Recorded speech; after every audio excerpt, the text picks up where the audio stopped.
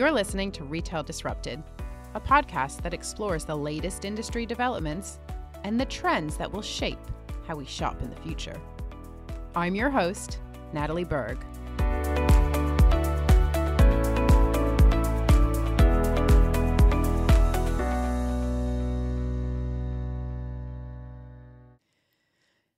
On today's episode, I'm speaking to Dave Mikita, who is the president of international and retail channels at GoTo Foods. Formerly known as Focus Brands, GoTo Foods is the second largest food and beverage licensor in the world, with over $1.5 billion in revenue globally. Its international franchise business includes over 2,000 franchise locations operating in 60-plus countries. Dave has been at GoTo Foods since 2012, and before that, he held leadership roles at the Coca-Cola Company, the Home Depot, and several early-stage high-growth businesses. Dave has over 20 years of experience in operations, marketing, and business development in both retail and food service industries. He received his undergraduate degree in industrial engineering from Penn State and his MBA from the University of Virginia. And in case you haven't clocked it yet, based on his current and previous employers, Dave is based in Atlanta, where he lives with his wife and 3 children.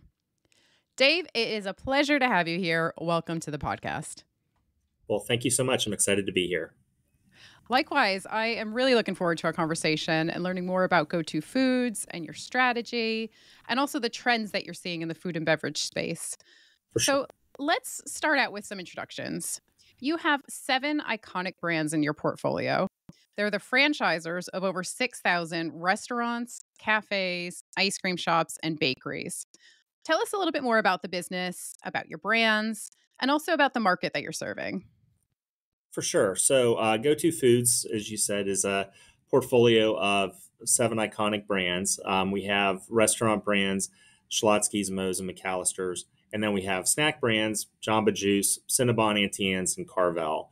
And we're able to serve a bunch of consumer need states through those brands. To the point you made earlier in the introduction, approximately 4,500 of those locations are in the United States, and then we have over 2,000 plus locations internationally through a franchise model. Franchisees are the center of the core of our ecosystem. But yeah, so that's the company. We're a portfolio company, and then we have a platform that sits below that provides all of our shared services, accounting and digital and things of that nature. But and our goal is to continue to grow, either organically and through acquisition. So we're at 7 now. We may not end at 7, but every year we open more locations. Great. And I want to come back to international in a little bit, but I guess if we could just pick up a little bit more on how it works from the franchising aspect of the business model, because I'm conscious a lot of our listeners will have a retail background, but franchising is, of course, a lot more prevalent in the QSR sector. So I think there's probably some interesting learnings that we can explore there.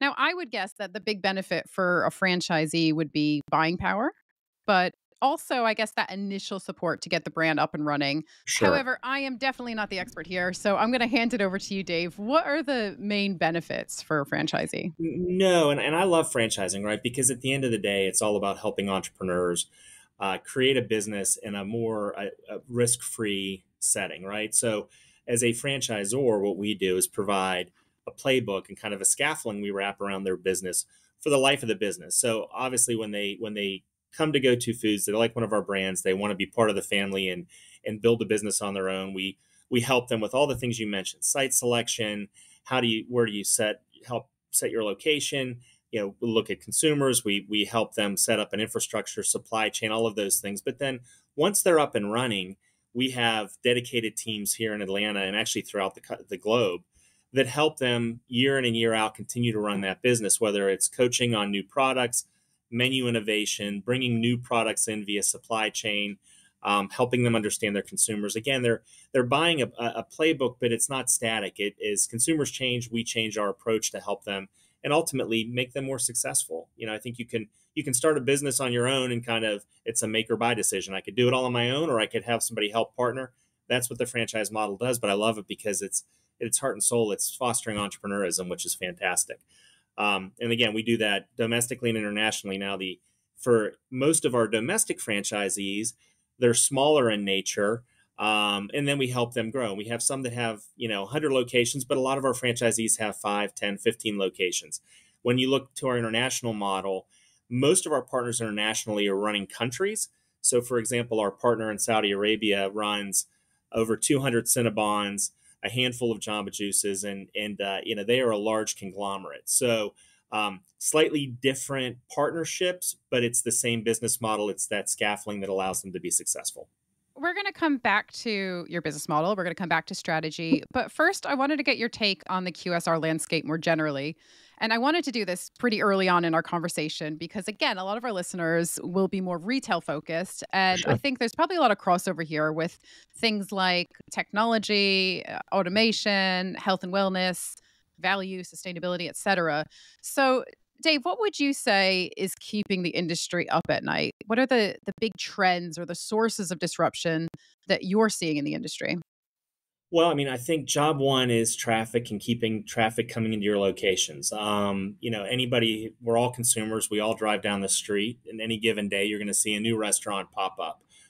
Some will be franchised, some will be, just sole proprietorships. Somebody who has a cool idea for a chicken shop.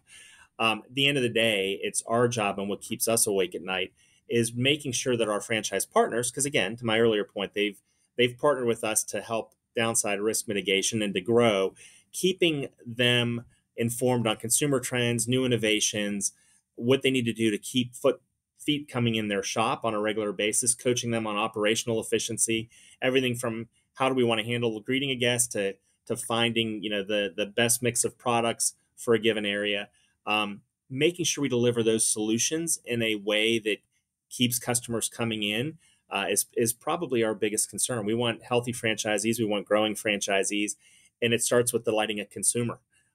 It's why you go to your favorite restaurant. Right? You have a great customer experience. You have great food. The menu changes to meet your trends.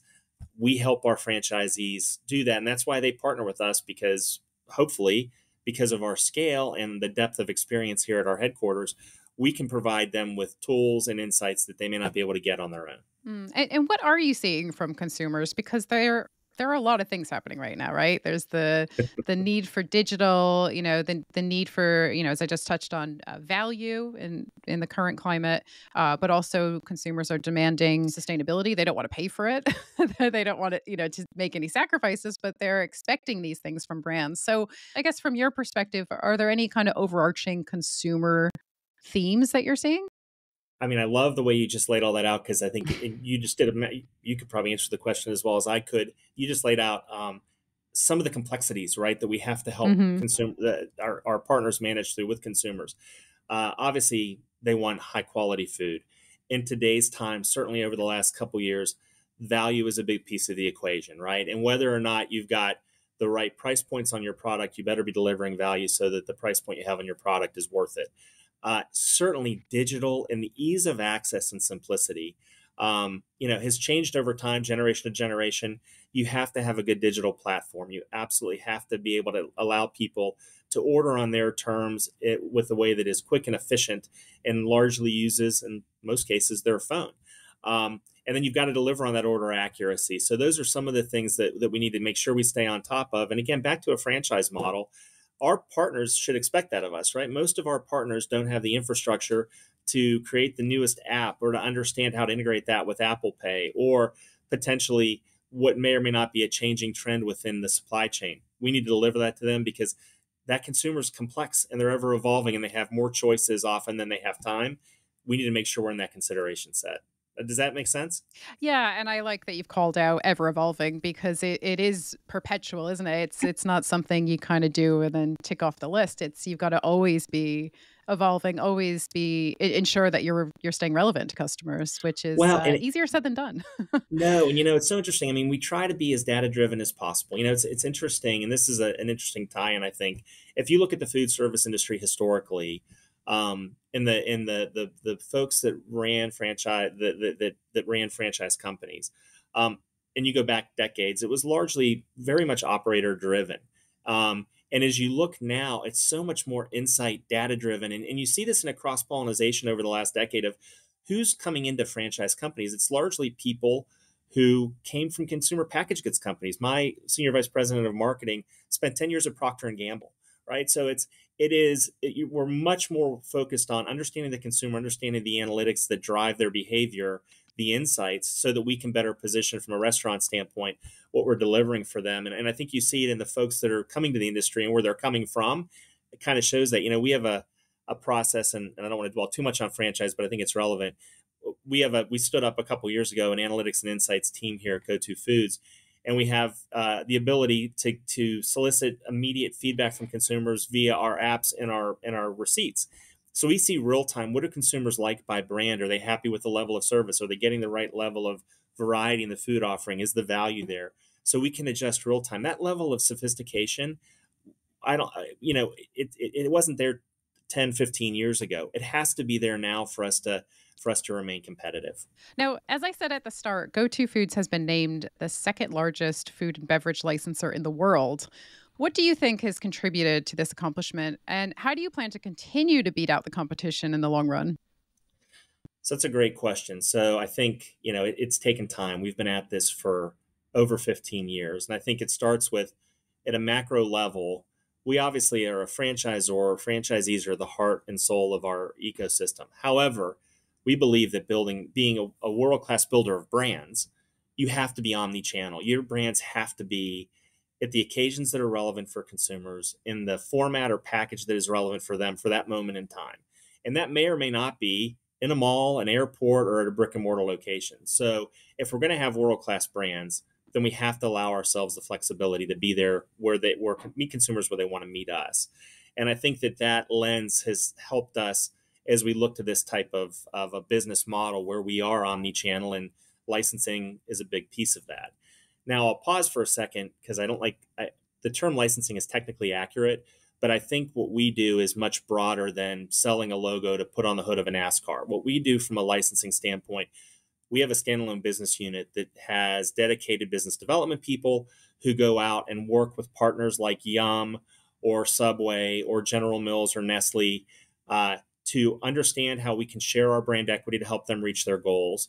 We then have a dedicated culinary team of professionals that take our brand equities and translate them to a new relevant format and package, like I just said, for that given partnership. So at Taco Bell, that looks like a deep fried Cinnabon delight going through a drive-through. For Publix, that looks like the newest Carvel ice cream cake on shelf.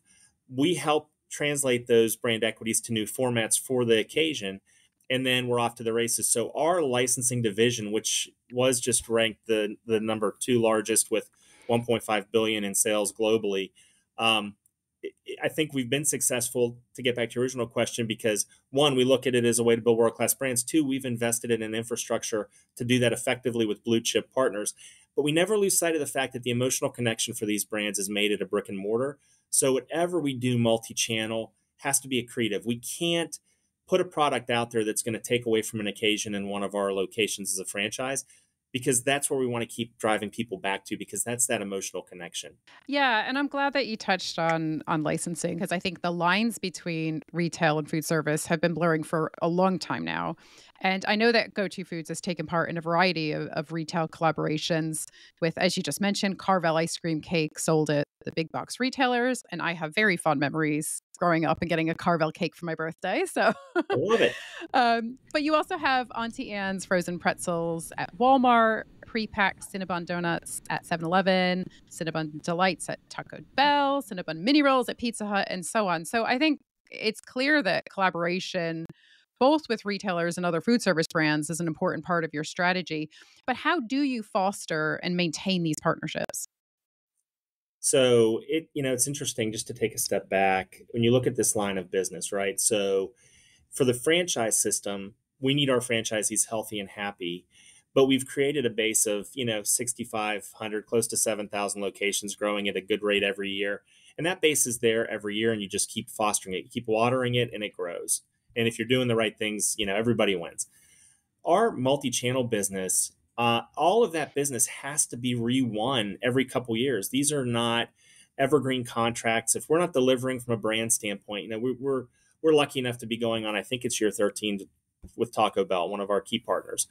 if we weren't delivering for them, we wouldn't continue to have that business. It's very easy to be disintermediated. They would go to somebody else for another product or two on their menu. So we have to keep rewinning that business. We do that through that dedicated process that I shared with you. It's not just selling a logo and collecting a check. It is bringing in the right infrastructure from a client standpoint to manage them with business routines. I alluded to my head of marketing. It's bringing them marketing insights, helping them understand their consumer and how our brand can reach them in a more effective way. It's the culinary team that continually evolves and iterates, almost as an extension of their own culinary team when it comes to developing new products. So we really are an active partner in the journey with them when we're not just selling the mark. And it allows us to continually add value and renew that partnership because, again, we take nothing for granted. It's not like a built-in base, an annuity, a book of business. If we're not winning it, they're not going to stay with us. They'll find another brand that's a better partner. So we have to make sure we're delivering value beyond the power of the mark. Does that Mm. answer the question?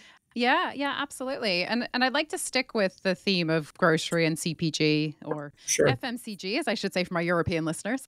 I love it. um, I'd like to get your thoughts on how, and I guess firstly on the trends that you're seeing in this space. I know we touched on some of the trends that you're seeing in the QSR landscape, but there's obviously a lot happening within grocery and CPG as well. The shift to digital is still something that, we're all still trying to figure out however many years after COVID. But how is GoTo Foods adapting to meet customer demands based on some of these trends? What are you seeing and how are you responding to that? Yeah, it's interesting. So, at a macro level, and this I think benefits us. Consumers still want trusted brands for given occasions, right? I think we saw a shift during COVID, quite frankly, where consumers gravitated to things they could trust, that they had belief in, and brands were it, right? I think prior to COVID, you were having a consumers looking for more artisan, unique things that were made in store versus packaged, and then COVID kind of changed that, and we haven't seen that trend change that much. The love of well known brands continues, which is good for us because we have industry leading, category leading brands, certainly in snack. So continuing to evolve those brands in categories where we have a right to win, and then looking at trends like things that consistent trends that don't seem to be letting up: snacking, functional benefits. So if you look at our Jamba fruit snacks we just launched with General Mills in the snack aisle, it's got there's vitamin C in that. Whatever those functional benefits might be that you can add in, but ultimately making sure that you understand consumers are on the go. They're looking for portability. They're looking for sometimes snack as meal replacement, and we feel like our brands are well suited for that. But it helps the consumer still really gravitate to strong brands, which gets back to why it's so critical we keep our franchise system healthy and at the center of this ecosystem, because they shine the penny for us, right? They're the ones that if people have a great experience, if they go in and have a great Auntie Anne's pretzel then when they're in the airport, they're more inclined than to look for that Auntie Anne's product on shelf in grocery. Yeah, I guess in that case, the store really is a form of media for you, and I guess it's essential that they have a great experience, that the quality is great, which then has a knock on effect for selling those products on grocery shelves. At the end of the day, you're absolutely right, right? The emotional connection, and by the way, go outside of GoTo Foods, and you look at other people that believe in multi-channel brand building like Starbucks, right? I think that there is something to be said for that seminal experience in a brick and mortar. Having said that, certainly for us, I think now that we're at the size we're at in the scope of this business that we've built, in a lot of cases, and this puts a heavy burden on us in the licensing division, if you will, in this multi-channel retail division. We may be the first time that the consumer is experiencing our brand. If you go to Albertsons on the West Coast and you want a Carvel ice cream cake, now you may have had it growing up, which is fantastic. We hear that a lot, but there's no Carvel brick and mortar west of the Mississippi. So, by the way, we're selling those franchisees if anybody's interested. But at the end of the day, that might be your first Carvel ice cream cake experience. So if it comes out of my team, we need to make sure that offering delivers on those brand equities, because we might be forming that consumer expectation of that brand. Same with brand Cinnabon. I mean, the vast majority of dollars spent on brand Cinnabon in the U.S. are multi-channel products, not brick and mortar. I mean, 90,000 points of distribution in total for this business unit, and there's 1,000 brick and mortar locations. Most often people are experiencing the brand outside of brick and mortar. We better make sure we deliver on that experience, especially if they've never been to a brick and mortar, because ultimately we want them to go try a brick and mortar. So it is a very symbiotic thing, but Mm. You can't often say it's where they get that first experience, because it could have been through a packaged good product, and it better be a good one. Otherwise, we might Yeah. lose them. Yeah, no, that's really interesting. On the topic of stores and bricks and mortar, I wonder if we could just spend a little bit of time talking about this. And when I was prepping for the podcast, I noticed that you launched a new Carvel store concept earlier this year. It has a new logo, digital menu boards, a new POS system, and even new freezers to better display the products. So I'd love to hear more about store reinvention and what Yeah. you're doing to stay relevant to customers, both today but also in the future? It is a great question, right? And we have a lot of times you do things that are right for the brand, and it's hard to quantify an ROI. Updating our physical stores, and this is any retail. I mean, you could say this, certainly we'll talk about our restaurants and shops. You see a demonstrable lift, close to double digit, sometimes more than double digit. And we have empirical data that would show an ROI on that business case. So our ability to keep those stores refreshed so that consumers find them relevant or excited to go to them is something, again, that as a franchisor, we provide those insights on. So when you talk about Carvel, which is a great example, okay, on a regular frequency, we want to review the brand. We want to make sure that we update it. We just updated our Cinnabon brand. Let's refresh it. Okay, what does that look like as far as the store experience? Okay, it might be the digital experience that needs to be updated. The POS system, can they order on a tablet? Can they flip it around? Do we have the right loyalty program in place? And then the physical layout of the store. If it's more grab and go and it's less dine in because we're a society that is more on the move than it was, how do we readjust footprint? How do we make sure that the operating environment fits the consumer need? And then all the things you touch on, like the color palette, the logo, what does that get refreshed? And then for us, it's interesting because our multi-channel business is so big, we then have to flow all that in to our packaged goods, right? So the Carvel, I'm so glad you brought that example up.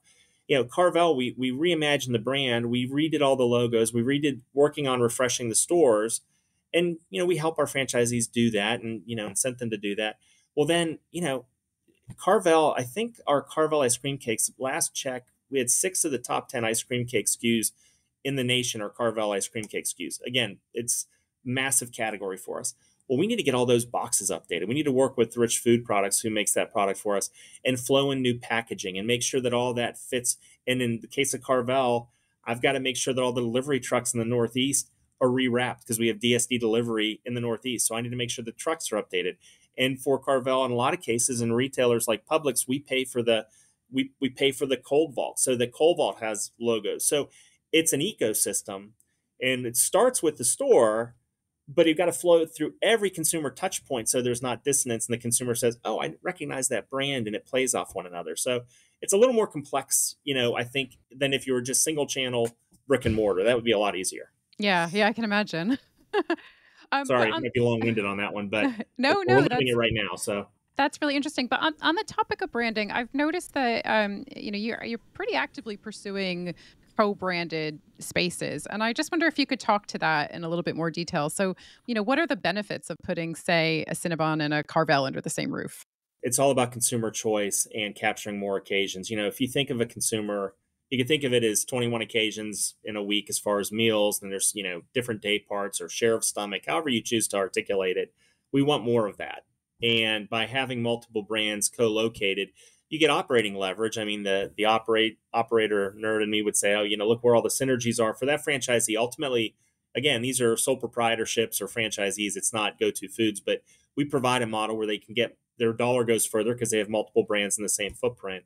But then more importantly, we deliver more on the consumer. Maybe, if you've got a Carvel Auntie Anne's, maybe you're in the mood for savory. Maybe you want sweet. Maybe you want cold versus hot. And what we've done is we've shown that it's accretive, that you capture more occasions, more share of that stomach, and you're not just trading out or cannibalizing. So the math works. So I think, we'll always have standalone locations, but co-branding is a big piece of our equation going forward because it gives consumers more options. And you see that internationally as well. It's not just domestically. So Yeah, that's a really nice segue into international, which is the next thing I wanted to ask you about. Now, this is very much a global podcast. A lot of our listeners are based here in the UK, but also the US, France, India, Germany, Poland, Australia. It is a real mix of nationalities. And I know they'd be interested in hearing more about the international side of your business. So, can you tell us a little bit more about your operations outside the US? What are some of your biggest markets? And are you targeting a similar customer or is it maybe a slightly different demographic abroad? That's a great question. So, our international footprint, we have over 2,000 locations in about 60 countries. I think I shared with you I was actually in London last week, enjoying that amazing city, where we have partners that do both Auntie Anne's and Cinnabon. Our plan internationally is not a whole lot different than domestically. We believe we have compelling consumer brands, and we want to grow access points and invite consumers in to try them. Our multi-channel approach internationally is a little bit earlier in the curve, a little more nascent. So one of the reasons I was in London last week was we were looking to start to expand potentially in grocery with Cinnabon products beyond just our brick and mortar. Again, always making sure the franchisees at the center of that ecosystem and that they're benefiting, but realizing that sometimes consumers, especially if they're in an outlying smaller town, may want to taste a Cinnabon and just can't get it. So we want to make sure we're satisfying them. So as we look to growth, we will continue to drive brick and mortar, and actually it's growing at a very fast rate, but we do believe there's an opportunity to overlay multi-channel to satisfy consumer needs. It's interesting. We have a significant footprint internationally in a lot of key markets. I think I shared before we got started when we were talking that we have over 200 Cinnabons in Saudi Arabia alone. In the Middle East, we have some wonderful large partners, brand Cinnabon, Auntie Anne's. We just opened our first Jamba in a beautiful mall in Riyadh. I was just there about 2 months ago, and it's a showcase location for us for the Jamba brand with Sonomi Group, who's our partner in Saudi Arabia.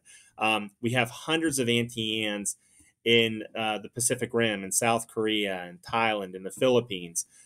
We actually also we have our 7 brands domestically. Internationally, we also are the master licensor for Seattle's Best Coffee. So we actually have several hundred coffee shops in the Pacific Rim, Japan, et cetera. So we believe people love American brands no matter where you go.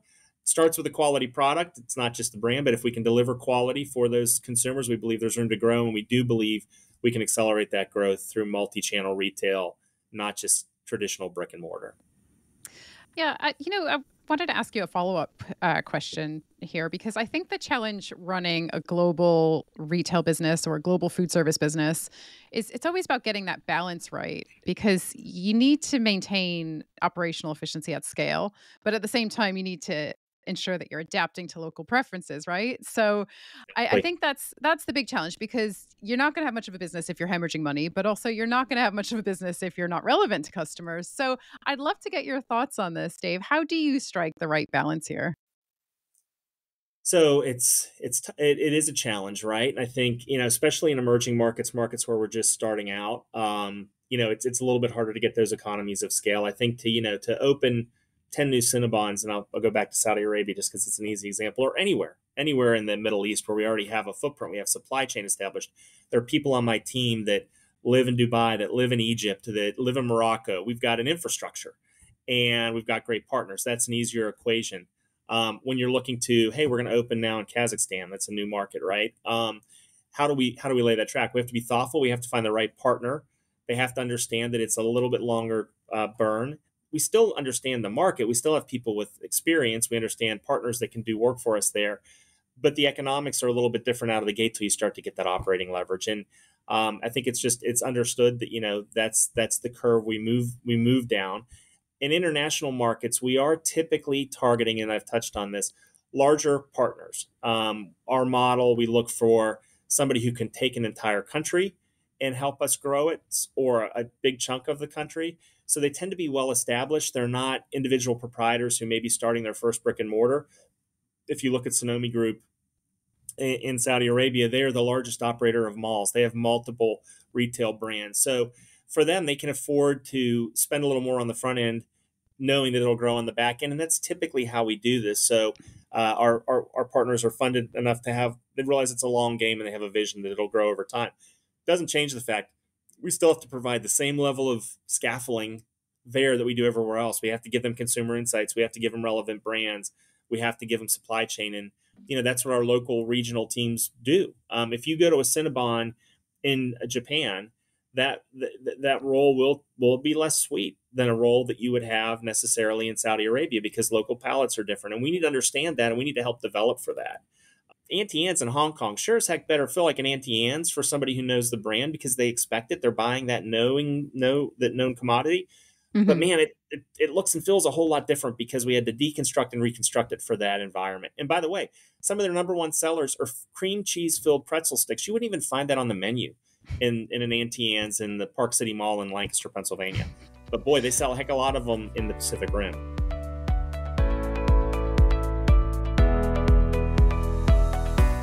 Thank you for listening to Retail Disrupted. If you enjoyed this episode and would like to support the podcast, please leave a rating or review or share it with others. It really makes a difference.